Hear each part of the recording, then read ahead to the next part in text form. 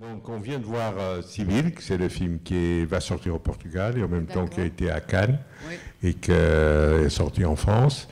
Et, un film, mais bon, qu'évidemment, tu es présent tout le temps, pratiquement. Et ce qui est incroyable, c'est que de plus en plus, tu deviens une actrice incontournable dans le cinéma français, dans le sens où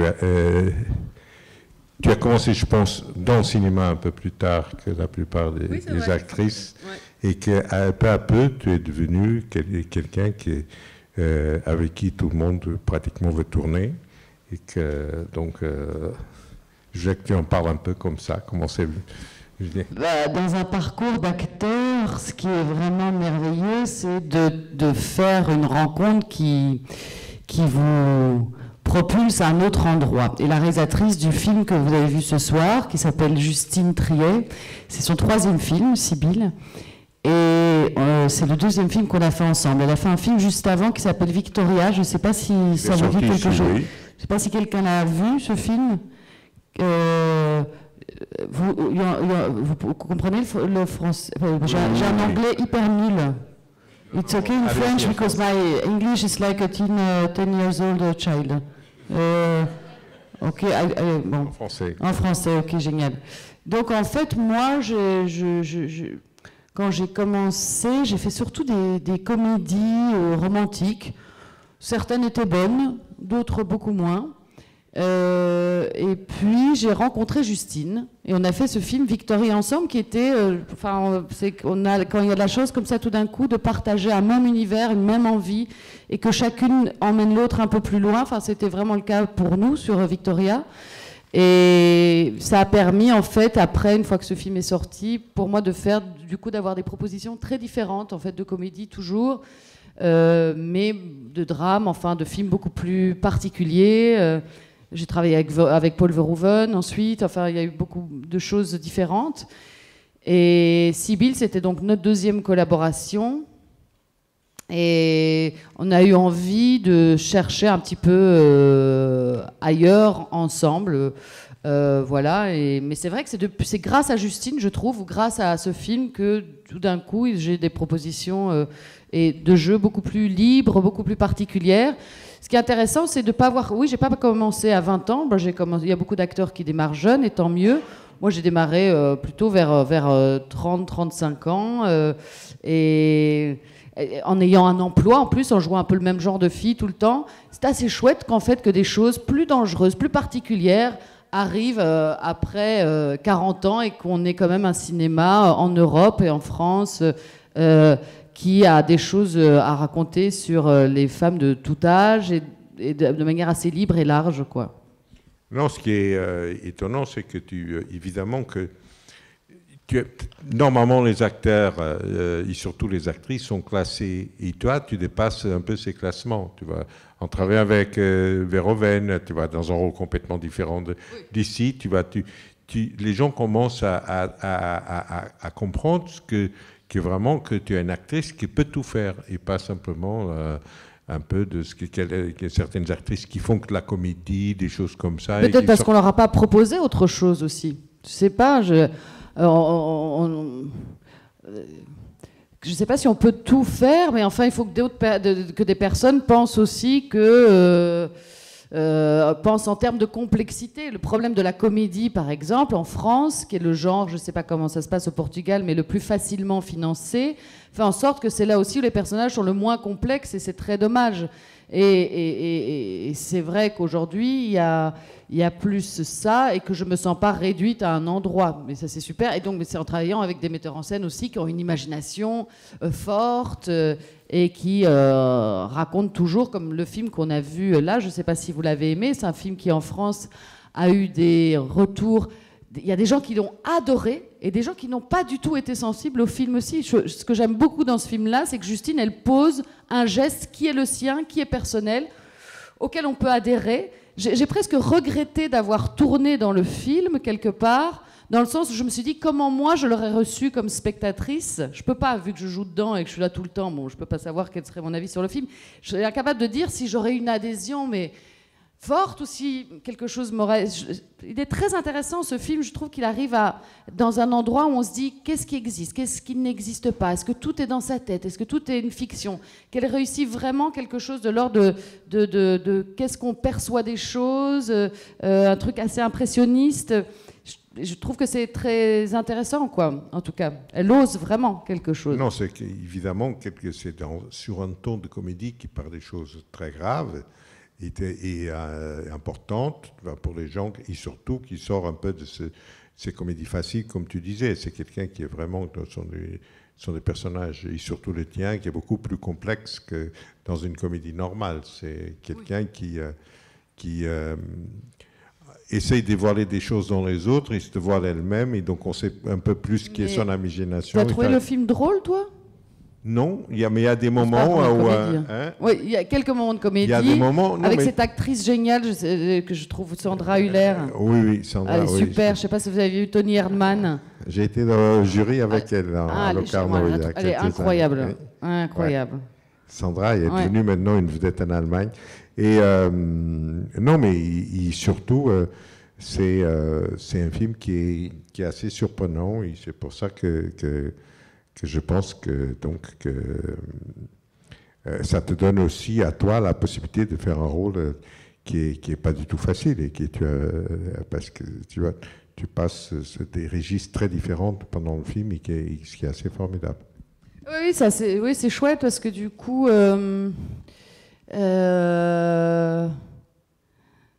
Justine, il y a une manière de travailler avec elle et souvent d'ailleurs on a fait 2 films.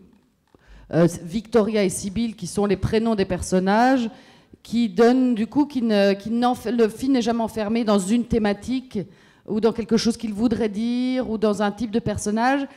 Moi, je travaille avec elle de manière très différente. Sur Sibylle, franchement, il y avait plein de moments où j'étais un peu perdue. C'est comme si on suivait quelque chose de manière un peu instinctive, pulsionnelle, sans bien comprendre exactement. Enfin, tout l'endroit à Stromboli, c'est quand même assez étonnant, quoi. Qu'est-ce qu'elle suit, qu'est-ce qu'elle poursuit ? Et c'était ce qui est assez joli, je pense, et ce qui est assez intéressant, c'est quand même toujours le rapport entre un acteur et un metteur en scène sur l'ordre de, on pourrait appeler l'abandon ou la confiance ou quelque chose qui n'est pas une construction qui est toujours en mouvement et sur le tournage aussi. Voilà. Et est-ce que dans le scénario, Justine t'écoutait, tu vas dans la façon comme tu étais en rapport avec chacun des autres personnages. Est-ce que tu avais quelque chose à dire ou elle savait exactement ce qu'elle voulait et donc vous travaillez que sur votre rôle, mais pas sur le scénario en soi. Non, alors sur le scénario en soi, peu de choses, sauf les scènes de sexe, où elle n'avait pas écrit grand-chose. Elle avait écrit « Ils font l'amour » et devant la cheminée.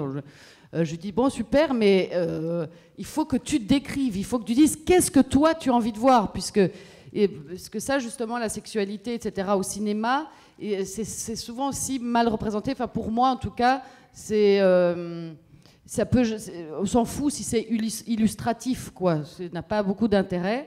En revanche, les metteurs en scène que ça intéresse, alors il faut qu'ils précisent qu'est-ce qu'on veut raconter avec ça, qu'est-ce qu'un geste raconte, et moi quand je lui ai dit je veux bien faire les choses que tu me demandes, mais il faut que tu précises, que tu oses aller plus loin dans ce que tu veux voir, montrer, c'est pas de l'improvisation, et ça c'est quelque chose, du coup elle a écrit des pages entières.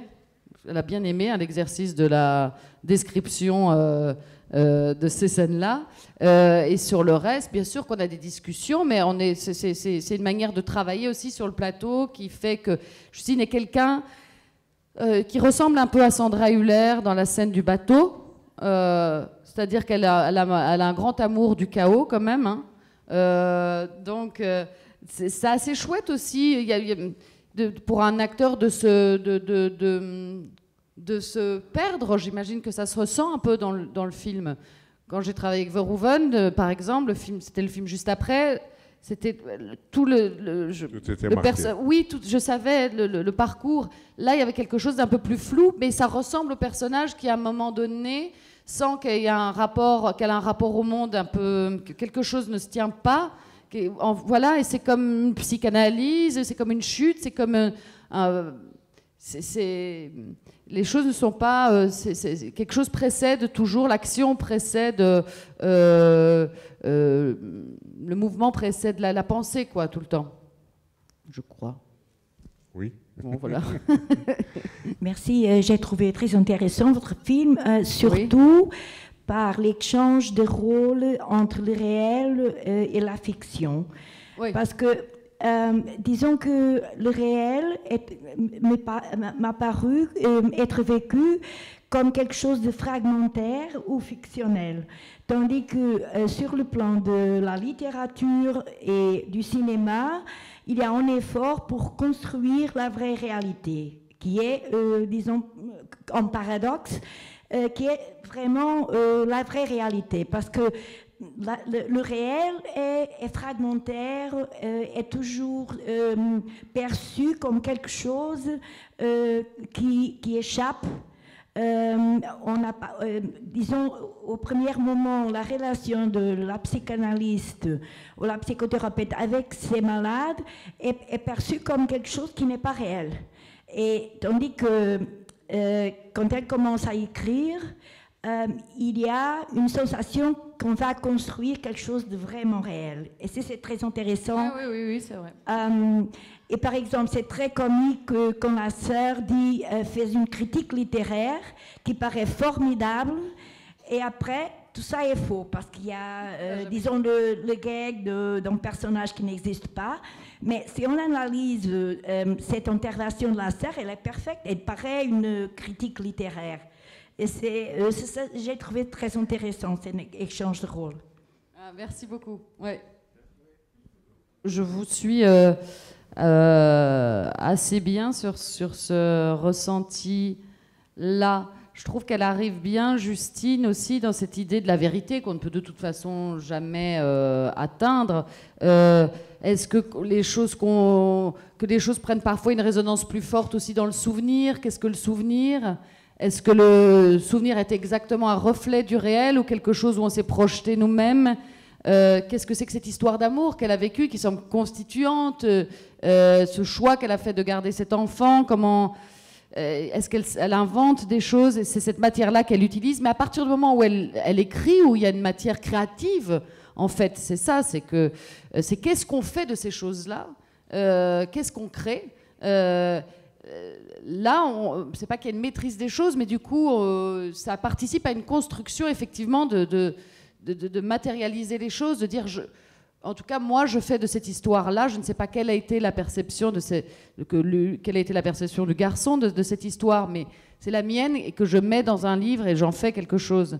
Personne n'a la vérité, mais tout d'un coup, elle arrive à reprendre pied sur je peux décider de la mienne. Qu'elle soit fausse ou pas, finalement, peu importe, quoi. Mais elle propose des thèmes assez larges, quand même, de réflexion et de perception. Et il y a cette thématique qu'on retrouve aussi avec les acteurs, d'ailleurs, quand ils présentent un film, et ils sont un peu comme nous, là, à l'avant-première, en disant « le tournage, c'était vraiment génial, incroyable, super ».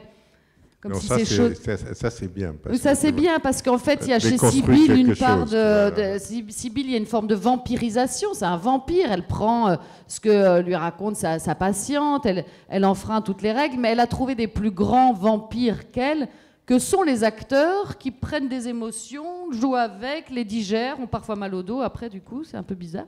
Mais, et après, passent à autre chose. C'est peut-être eux les plus grands vampires, finalement. Non, ici, ça, c'est la scène finale, non, avant de passer 10 mois après, où tu vas dans cette fête, tu vas de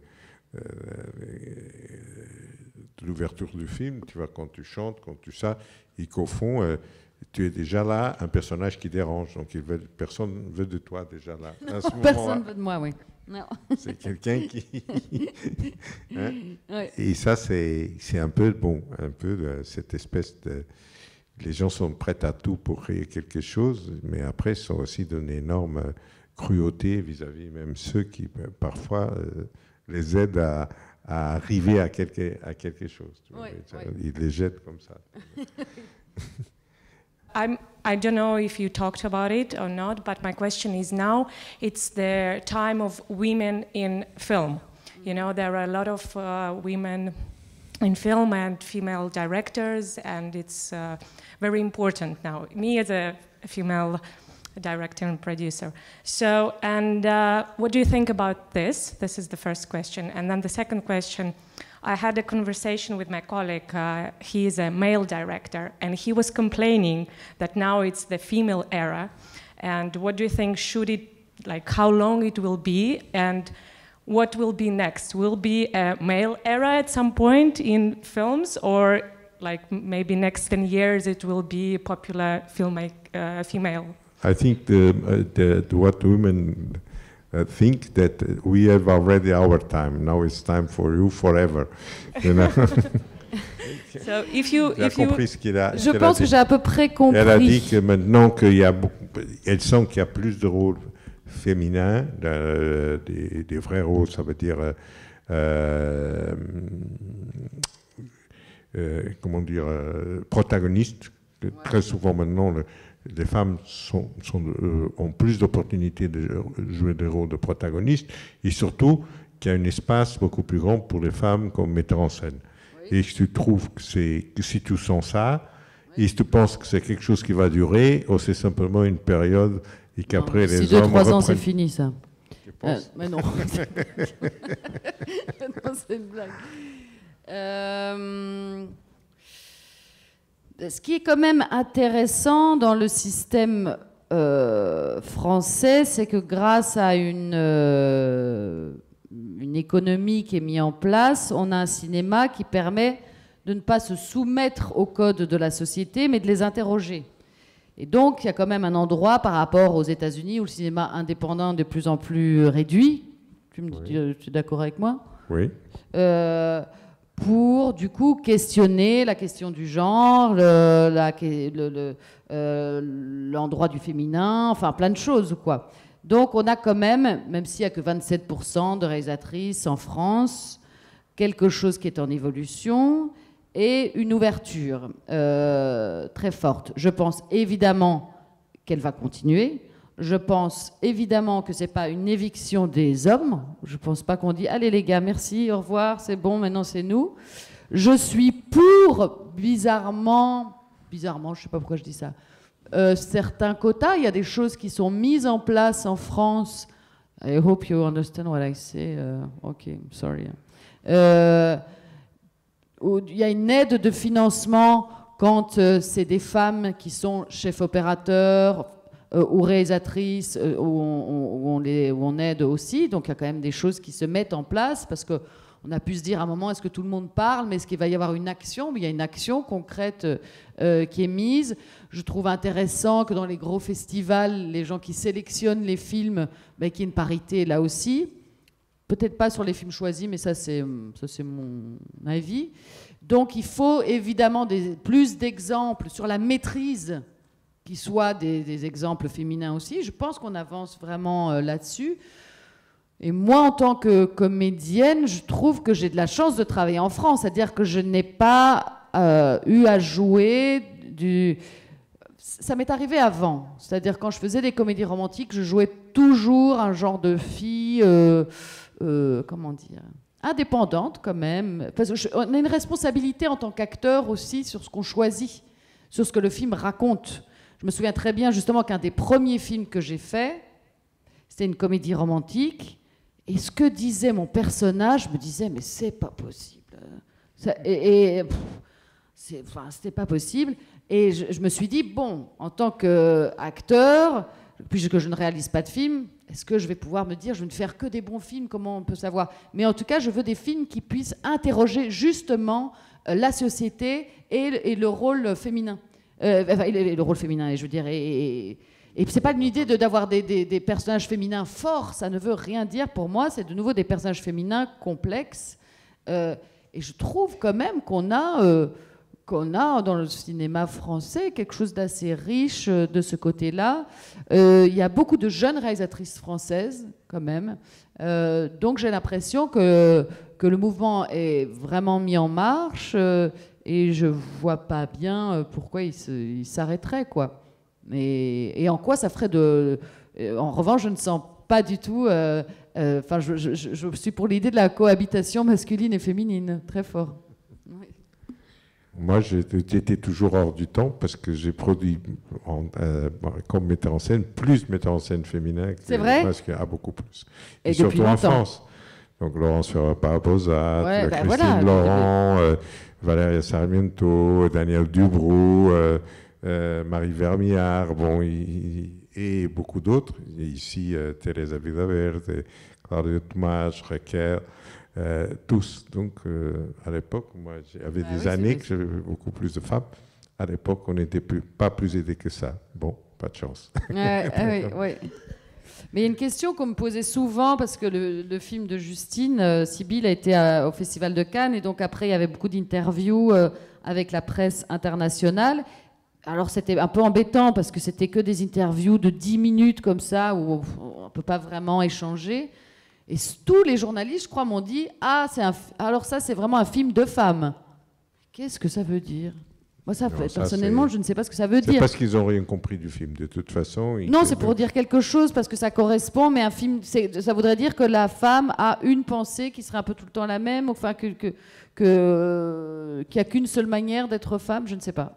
Bon, moi, je pense que chaque metteur en scène a sa vision. Donc, oui, je pense que c'est ça. Il y a beaucoup de visions féminines dans des hommes, il y a beaucoup de visions masculines dans des femmes, il y a de tout. Donc, et il y a une chose, simplement, est-ce qu'il y a quelque chose de toi, un Sibylle ? Elle s'inspirait un peu de toi, ou ça n'a rien de toi, un Sibylle ?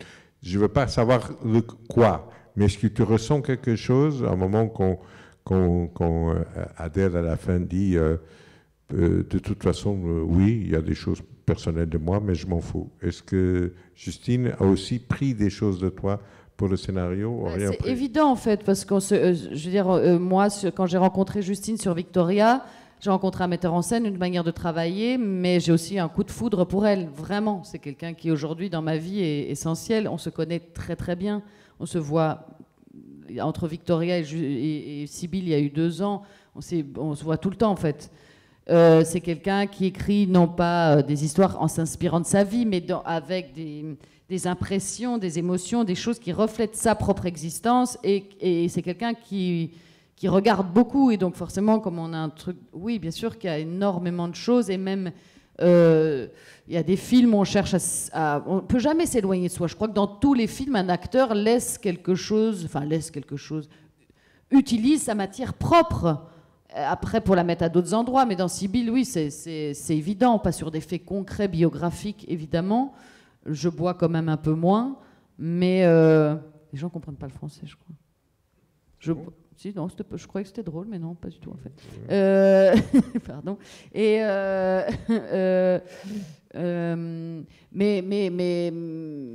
mais de fait, même dans cet acte d'écrire, il y a des choses, des sentiments, des choses très personnelles. Il y a des choses plus concrètes aussi, mais le fait de chanter ces chansons-là, ça, c'est des choses qu'elle sait très bien qu'elle m'a déjà vu faire et tout. Et que notre intimité permet en fait de creuser aussi, du coup, c'est-à-dire que j'ai une telle reconnaissance pour elle qu'elle me décharge chez moi une envie d'ouvrir vers des choses que je ne connais pas moi-même et qui forcément me sont très intimes et me sont très personnelles. Oui, c'était pas un travail de construction détaché de soi, non, c'était même l'inverse. Bravo for the interpretation. Thank you. You said before that like a good director is when he's able to move an actor from his comfort zone, or maybe when the actor can do something that he didn't expect it. So what was it for you in this movie, in this project, for example? Je traduis? Ouais, c'est bien. Non, tu disais que un bon réalisateur ou réalisatrice, en fait, il est capable de amener un comédien, un acteur ailleurs de ce qu'il est et le faire avancer comme ça et aller là où il est. Et dans ce film, est-ce qu'il y a quelque chose par ce film voilà, qu'est-ce qui a changé pour toi? Qu'est-ce que tu as découvert de nouveau dans ton art d'actrice grâce à Justine et ce film? Oui. L'intimité, le fait de se connaître très bien fait en sorte que déjà l'idée du contrôle, parce que parfois on peut se dire, là pour le moment je travaille avec des metteurs en scène que j'aime beaucoup, mais et dont j'aime le goût, c'est ça surtout. Donc tu te sens déjà libre. J'aime assez bien l'idée du conscient et inconscient, même dans la manière de travailler. Tu travailles avant sur une piste de réflexion la plus large possible, tout ce qui peut nourrir un personnage, un imaginaire, une construction, et après tu l'oublies totalement pour comme être dans une forme... Pour ne pas, pour être dans le moment. Enfin, le seul intérêt du cinéma, c'est quand même ça. Qu'est-ce qui arrive à ce moment-là? Et c'est glisser dans une part inconsciente. Et tout d'un coup, là, je viens de finir un film. Je me souviens qu'il y avait une scène de dispute très forte avec mon mari. Et en jouant, à un moment donné, j'ai eu un fou rire, mais dans la scène, en fait, hein, pas du tout. Et c'était pas quelque chose de prévu. En fait, c'est comme si tout d'un coup, vu qu'on a déjà pensé aux choses, on arrivait dans le moment même. Et c'est comme si d'autres choses s'emparaient de vous et dont on n'avait pas pensé avant, mais qui est le fruit d'un travail quand même. Justine a peut-être ouvert cette porte-là chez moi parce que j'ai arrêté de vouloir bien faire. Peut-être qu'avant, complexée par le fait d'avoir commencé le cinéma assez tard, j'ai fait de la télévision moi aussi, enfin, je voulais vraiment être une bonne actrice et faire bien. Ben, ça n'existe pas. En fait, il faut juste faire. Et travailler évidemment le maximum possible, et après oublier cette histoire du travail pour être vraiment donc comprendre ce qu'on a envie de jouer, comprendre quel est le film, et il y a quelque chose de vous auquel il faut faire confiance, quoi, en fait. Au pire on se trompe, et tant mieux peut-être. Voilà. Justine a ouvert la possibilité, je ne sais pas si certains travaillent sur des plateaux ici, mais ce qui est vraiment génial de travailler avec elle, c'est qu'il y a eu très fort cette idée d'essayer de faire quelque chose, de partir dans une direction, de l'approfondir, d'être surpris. C'est vraiment pas quelqu'un... C'est vrai qu'elle elle sort de l'endroit de confort, mais je pense que grâce à elle, j'arrive à faire ça toute seule aussi, enfin j'espère. J'ai pas justement besoin qu'un metteur en scène... Quand j'ai fait un film vraiment important avec un rôle très bizarre avec Verhoeven, quand je lui ai dit mais comment pour la préparation, il m'a dit you know what you must do. Alors que je joue une nonne lesbienne possédée par Jésus, you know what you must do. Ben non, hein, ça m'arrive pas tous les jours cette affaire. Mais à un moment donné, c'est aussi une question d'arriver à avoir confiance en fait, de plus avoir peur ou de pas se dire, de plus se poser aucune question sur soi, juste très fort en prise avec tout ce qu'on a autour de nous.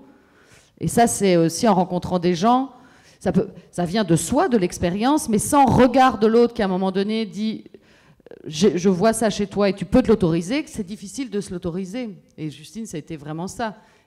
En plus, je me disais, si j'étais réalisatrice, je pense que je prendrais la même décision qu'elle. Et je crois qu'elle avait la même chose avec moi dans le jeu. Enfin, il y a un truc... où ça se passe bien, quoi. Et puis là, quelle chance inouïe, parce que ça dans une vie, c'est merveilleux, pour un artiste, mais pour n'importe qui, une vraie rencontre. C'est quand même pas tous les jours. Et puis de se rencontrer, d'avoir un coup de foudre, puis tout de suite se mettre à travailler ensemble, voilà. J'espère après le premier film, je me suis dit, j'espère qu'on va retravailler ensemble, et on a fait Sibylle. Là, maintenant, je veux pas l'embêter pour qu'on en fasse un troisième. Je me dis, de toute façon, même si... je sais qu'on retravaillera ensemble. Je me dis peut-être qu'à 65 ans, plus personne ne me proposera rien. Et je sais que Justine, elle viendra et me proposera un truc. C'est cool. Bon, merci beaucoup. Merci à vous. Et à très bientôt. Merci beaucoup à tous. Merci.